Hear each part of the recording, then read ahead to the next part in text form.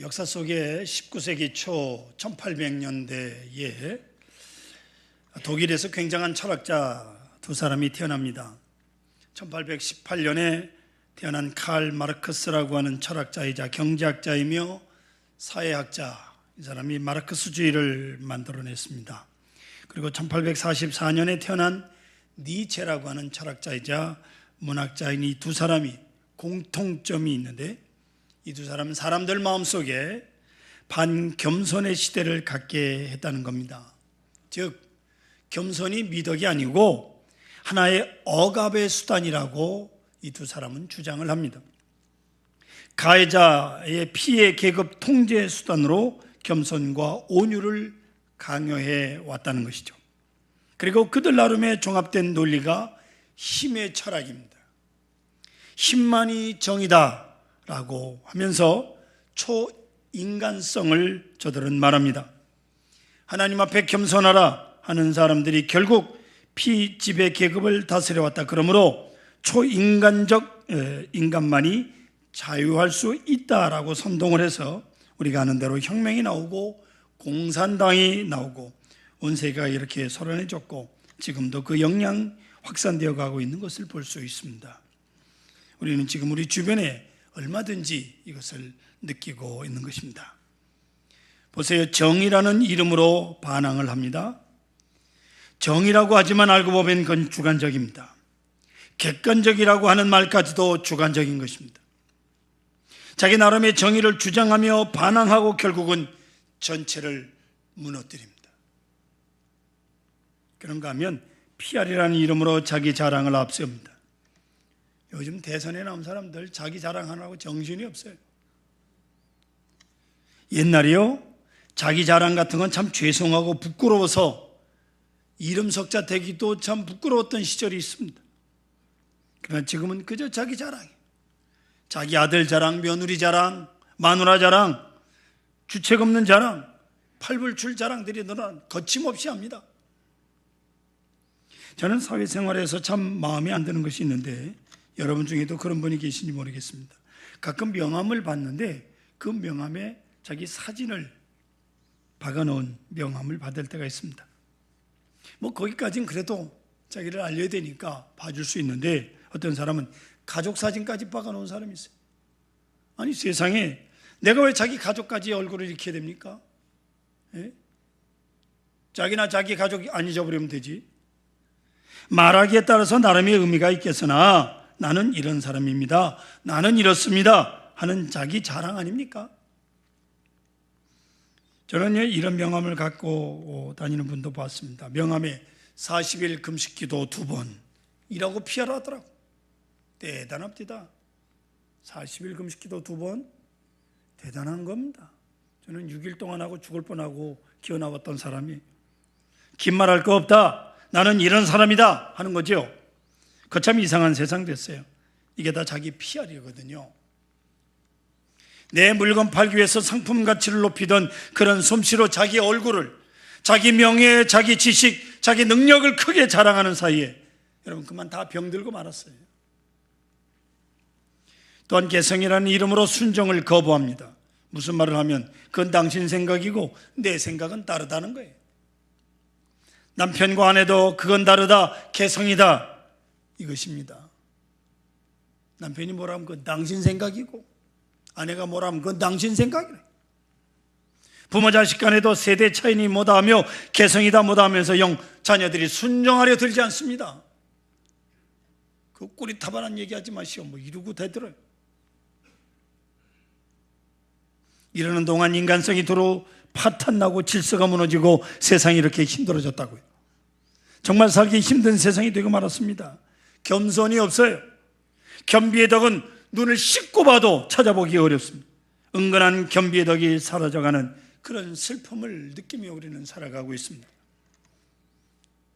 그런데 오늘 성경 본문을 보시면 두고두고 생각해야 될 엄청난 진리가 놀랍게 들어있습니다. 예수님께서 나귀 새끼를 타고 예루살렘에 입성하십니다.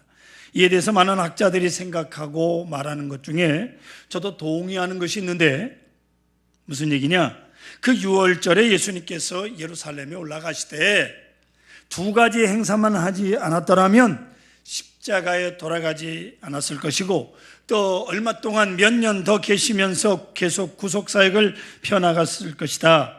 그렇게 일찍 돌아가시지 않을 수 있었을 것이다 라고 상황 해석을 학자들이 하는데요, 그 두 가지가 뭐냐? 첫째는 나귀를 타고 입성하는 거, 이거 안 하면 되는 거예요. 그냥 걸어가도 되잖아요. 이는 정치적 오해를 많이 받을 수 있는 거예요. 당신은 로마의 통제를 받는 사회입니다. 그런데 나귀 새끼를 탄다는 것은 왕의 대관식을 의미하는 거예요. 이 이벤트 자체가 문제가 되는 겁니다. 어떻게 이스라엘의 관습에 따른 대관식 행사를 할 수 있단 말입니까? 그리고 나귀를 타고 올라가는 것이 어찌 무사하기를 바라겠습니까? 여기 문제가 있는 거예요. 두 번째로 예루살렘 성전을 깨끗게 하신 겁니다. 이거는 정말 정명 충돌하는 거예요. 이 사건, 두 사건을 두고 말하기를 좋아하는 젊은 신학자들이 이렇게 말합니다. 이 두 가지를 한 예수님은 나 죽여라 하신 거나 마찬가지라는 거예요. 나 죽여라 하신 거나 다른 게 없다는 거예요. 지금 예수님을 죽이기로 결정하고 가야바가 기다리고 있는 그 소굴을 당신 발로 찾아 들어가 성전을 깨끗해 하시면서 마태복음 21장 13절에 보면 만민이 기도하는 집을 어찌하여 강도의 소굴로 만드느냐고 호통치시며 채찍을 휘두르시는 장면이 있습니다. 무슨 말입니까? 구태여 말하자면 이렇게 한다고 해서 성전이 깨끗해졌겠습니까? 모르긴 하지만 저들은 다음날 또 거기서 장사했을 것입니다. 그러니 이 행사, 이 두 행사가 무슨 의미가 있냐고요. 나귀를 타고 올라가신다고 왕이 될 것도 아니고, 성전을 깨끗하게 하셨다고 성전이 영영 깨끗해지는 것도 아닙니다. 그런데 왜 이런 일을 행사하신 것입니까? 이 이벤트의 의미가 대체 무엇입니까? 우리는 그걸 생각해야 돼요. 왜 예수님께서 이렇게 하셨을까? 아주 위험한 일, 오해가 많은 일인데도 불구하고 예수님은 거침없이 이 두 가지 일을 하셨어요. 왜요? 무엇 때문일까요? 그분은 왕이시기 때문입니다. 할렐루야. 왕 되심, 주인 되심, 로드십, 귀족, 각하, 여기에 계시적으로 나타내는 거예요. 그래서 정정당당하게 나귀를 타고 호산나 만세 소리에 쌓여 예루살렘으로 입성합니다. 그것이 바로 오늘 종려주일의 의미올시다. 그런데 나귀를 타셨다, 나귀 새끼를 타셨다, 신구약 성경에서 확증하고 증거합니다. 이것은 겸손의 증거예요. 겸손하여 나귀 새끼를 타셨습니다. 왜 백마를 타지 않으시고, 왜 마차를 타지 않으시고 나귀 새끼를 타셨느냐? 그것은 바로 겸손을 뜻한다 그 말이에요. 겸손과 왕권의 오묘한 조화와 긴장 관계를 우리에게 주님은 말씀하고 있는 것입니다. 상징적인 동시에 계시적인 의미가 그 속에 들어 있습니다. 권세, 참 권세는 바로 겸손에서부터 오는 거예요. 심리학적으로나 정치적으로나 특별히 신앙적으로 무릇 권세란 겸손한 자에게 주어지고 있음을 우리에게 말씀하고 있는 겁니다. 그래서 성경은 말씀하시기를 교만한 자를 물리치시고 겸손한 자에게 권능을 주신다고, 온유한 자가 땅을 차지한다고, 겸손이 권세의 뿌리라는 것을 성경은 강하게 말씀하고 있습니다. 사랑하는 성도 여러분, 여러분 자신이 혹 어떤 시험에 빠진 일이 있습니까? 그 자체를 놓고 생각하지 말고 깊이 자성해 보십시오. 왜 시험에 빠지느냐? 다 욕심 때문이에요. 아멘. 야고보 1장 14절에 보면 오직 각 사람이 시험을 받는 것은 자기 욕심에 끌려 미혹됨이라고 분명히 말씀하고 있습니다. 보세요. 자기도 마음 모르는 사이 마음속에 자리 잡은 욕심 때문에 질투가 나오고 번민이 나오고 사건이 생기고 시험에 빠지는 거예요. 이거 분명히 기억하세요. 욕심만 없으면 시험에 들 일이 없어요. 또한 부끄러운 일을 당하기도 하고 비겁해질 수도 있습니다. 비겁해지는 거요? 그 교만 때문입니다. 교만은 뿌리가 없는 나무에 허세입니다. 그런 거로 시험에 빠집니다. 부끄러워지는 거예요. 하지만 여러분, 겸손한 사람은 부끄러울 일이 없습니다. 교만한 만큼 부끄러움을 당할 수밖에 없고 나약해질 수밖에 없는 것입니다. 문제는 나도 스스로 내가 교만하다는 걸 모르는 데 있어요. 나는 전혀 교만하지 않다고 생각을 하는데, 그런데 왜 시험을 받습니까? 왜 욕심이 생깁니까? 다 교만이요. 여러분 주변에서 많은 비난을 받고 있습니까? 그리고 잘 참을 수 있습니까? 그 참는 인내의 힘은 겸손에서 오는 겁니다. 겸손한 자만이 참을 수 있습니다. 참지 못했다면 누구든 교만한 사람이요. 결국 겸손입니다. 겸손하면 얼마든지 참을 수 있습니다. 겸손하다고 말하지 마세요. 참지 못하면서. 또 겸손 뒤에는 무엇이 있습니까? 소망이 있습니다. 소망이 있으면 겸손할 수 있습니다. 소망 없는 겸손이라면 그것은 비굴함이, 비참한 겁니다. 절망입니다. 그러나 소망이 든든합니다. 앞이 보입니다. 미래가 보입니다. 영원한 세계가 보입니다. 그러면 넉넉하게 참을 수 있는 거예요. 겸손할 수도 있는 겁니다. 얼마든지 겸손할 수 있습니다. 비난 따위가 문제가 되지 않기 때문이옵시다. 자, 이제 오늘 본문 말씀을 좀 더 자세히 보겠습니다. 예수님께서 얼마나 겸손하십니까? 예수님은 하나님의 경륜을 아십니다. 하나님의 뜻을 아시는 분입니다. 하나님의 뜻에 전체를 맡기고 저 앞에 있는 구속의 역사를 바라보시면서 오늘도 겸손하여 나귀 새끼를 타고 예루살렘으로 올라가시는 겁니다. 누가 뭐라고 하든 예수님께서는 왕권을 이렇게 시하고 계시는 겁니다. 사무엘상 15장에 보시면 하나님께서 사울이 스스로 낮출 때 그를 높여 왕이 되게 하시고 스스로 자기를 높이고 교만하고 기념비를 세울 때 사울을 내리쳤어요. 교만한 자를 물리치시고 겸손한 다윗을 왕으로 세웁니다. 우리는 다윗의 일생을 통해서 겸손이 무엇인가를 배워야 합니다. 하나님께서는 다윗을 무척이나 기뻐하십니다. 우린 이걸 알아야 돼요. 오늘 성경의 말씀에도 예수님께서도 겸손하여 나귀 새끼를 타셨다고 죽기까지 복종하셨습니다. 하나님의 뜻에 복종하는 바로 거기에 겸손이 있는 것입니다. 겸손이란 죄와 타협하는 것을 말하는 게 아닙니다. 불의 앞에 비굴해지는 것이 아닙니다. 당당함을 말합니다. 주님만 생각하는 단순한 마음입니다. 그리고 여유를 가집니다. 그것이 겸손이에요. 빌립보서 2장 6절에 보면 그는 근본 하나님의 본체시나 하나님과 동등됨을 취할 것으로 여기지 아니하시고 라고 말씀하신 다음에 빌립보서 2장 7절에 가면 오히려 자기를 비워 종의 형체를 가지셨다고 말씀하고 있습니다. 스스로 자기를 비워 스스로 비우셨다. 헬라어로 에케노센이라고 하는 단어인데 영어로는 emptied라고 되어 있습니다. emptied 이 단어가 비웠다는 거예요. 자신을 완전히 비우는 거예요. 보세요. 알지만 모르는 것처럼, 할 수 있으나 할 수 없는 것처럼, 할 말이 많아도 할 말이 없는 것처럼 또 있습니다. 얼마든지 의인입니다. 의의를 주장할 수 있는 분입니다. 그러나 죄인처럼 마치 저주받은 자인 것처럼 말없이 주님은 십자가를 지셨습니다. 하나님의 아들이 저주받은 죄인의 모습으로 죽으십니다. 이것이 겸손이에요. 그래서 빌립보서 2장 5절에 말씀하시기를 너희 안에 이 마음을 품으라 곧 그리스도 예수의 마음이라고 말씀하고 있습니다. 여러분 스스로 얼마나 겸손해 보았다고 말씀하실 수 있습니까? 우리는 그리스도께로서부터 깊은 겸손을 배워야 합니다. 그리고 십자가 앞에 섭니다. 그리고 부활의 아침을 바라봅니다. 그 겸손과 온유 속에 엄청난 용기가 있어요.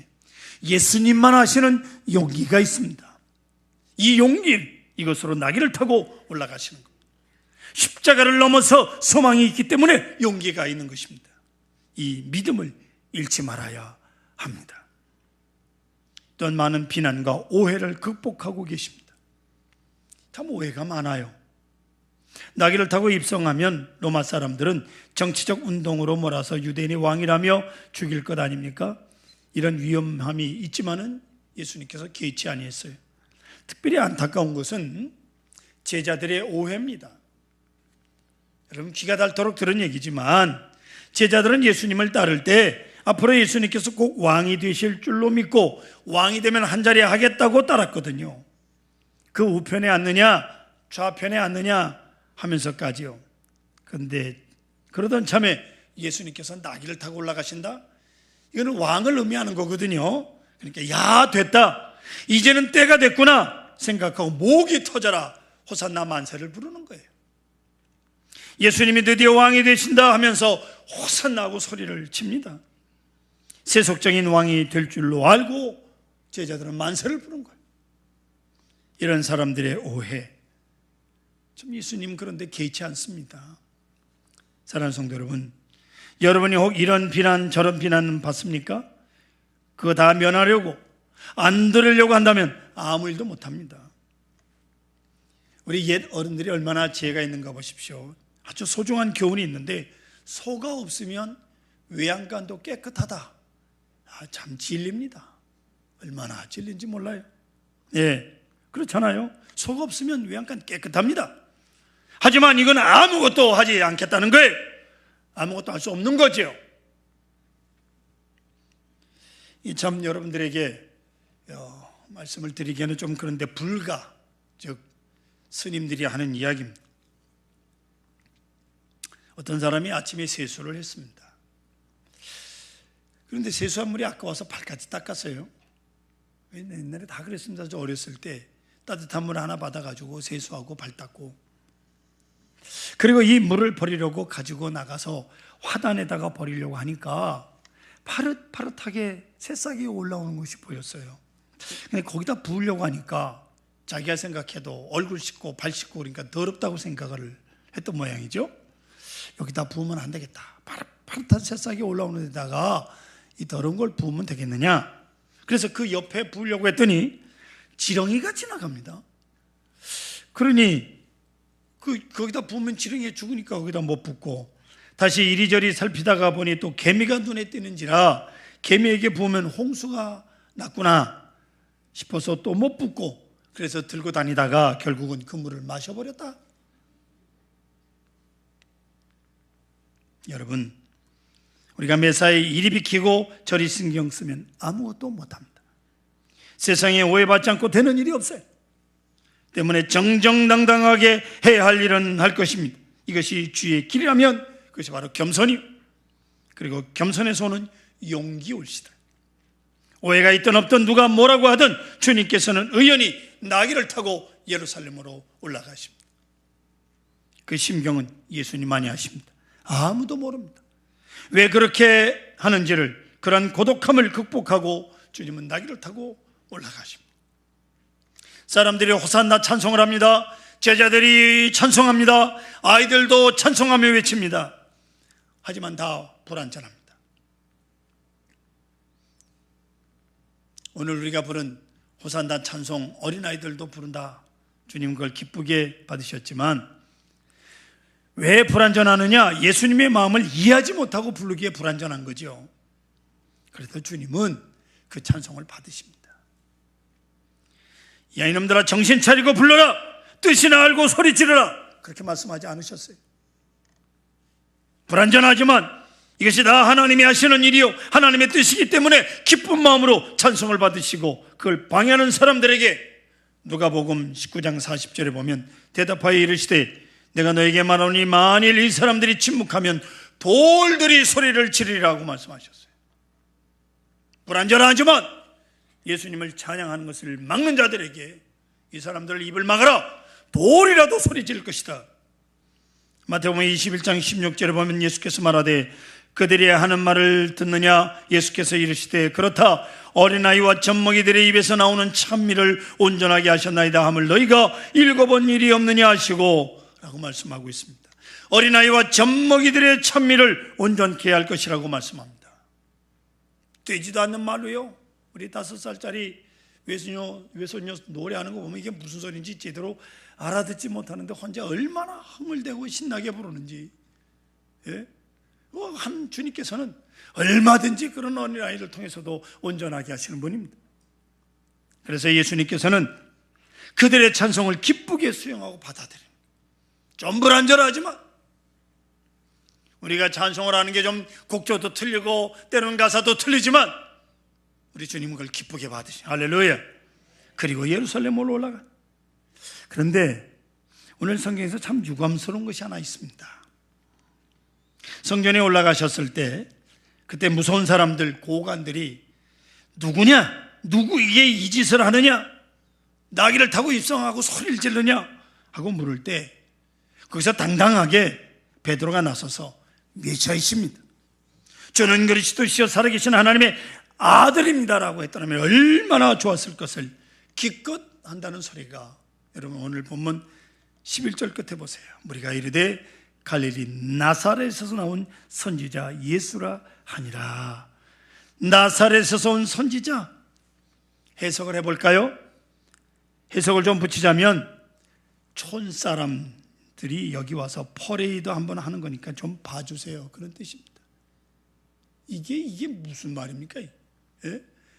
왕으로 예루살렘에 입성하신 분을 향해서 이제 촌사람들이 와서 퍼레이드 한번 하는 겁니다. 좀 봐주세요.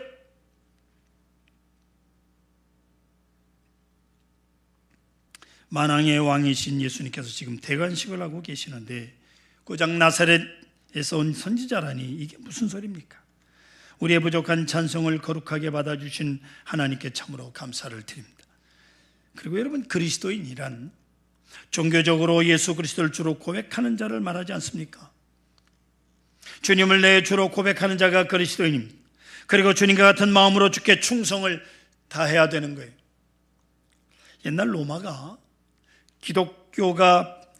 기독교가 핍박을 받을 때 로마 정부가 기독교인들을 색출해내기 위해서 이런 인사법을 이제 했다는 거예요.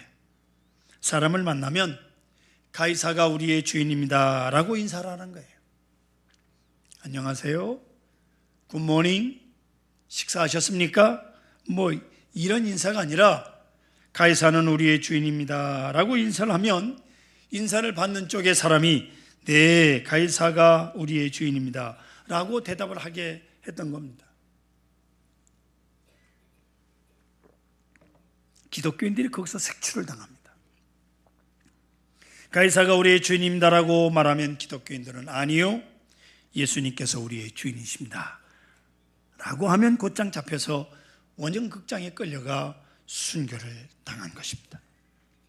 초대교인들은 예수님께서 우리의 주인이십니다 이 한마디에 목숨을 걸었어요. 오늘 우리들도 이 말에 우리의 생명을 걸어야 합니다. 아멘. 예수님 우리의 주인. 사랑하는 성도 여러분, 우리는 예수님과의 관계를 어떻게 하고 있습니까? 나는 가만히 있고 하나님께서 알아서 하시라는 단계가 있습니까? 이러면 아무것도 얻는 게 없어요. 그런가 하면 내가 세운 의로 하나님께 나가면 어떤 것은 이해되면 좋고, 이해가 안 되면 반대하고, 이해가 되는 건 순종하고 안 되는 건 거역하고, 진리를 계산해서 사는 그리스도인들도 역시 진정한 신앙의 모습은 아니올시다. 여러분, 우리는 무조건 들어야 합니다. 그리고 무조건 믿어야 합니다. 이해되는 것도 믿고 이해 안 되는 것도 믿어야 합니다. 왜냐하면 주께서 나를 사랑하시기 때문입니다. 아멘. 주님의 능력과 지혜와 사랑을 내가 믿기 때문에 범사에 주의하시는 일을 다 수용하고 그 말씀을 전적으로 그 말씀에 내 자기의 생명을 위탁하는 겁니다. 보세요, 주님께서 나귀를 타고 올라가신 일은 상징적이고 계시적이고 해학적이고 어찌 생각하면 아주 유머스럽까지 합니다. 하지만 우리는 여기서 내게 이 같은 겸손이 있는가? 내게 이 같은 용기가 있는가? 내게 이 같은 충성이 있는가? 다시 한번 물어야 할 것입니다. 겸손과 용기로 나귀를 타고 올라가신 주님을 기억하시면서 오늘 한 주간, 고난주간 특별 새벽기도를 통해서 주님과 함께 주님의 깊은 마음을 이해하시는 한 주간이 되시기를 축원합니다.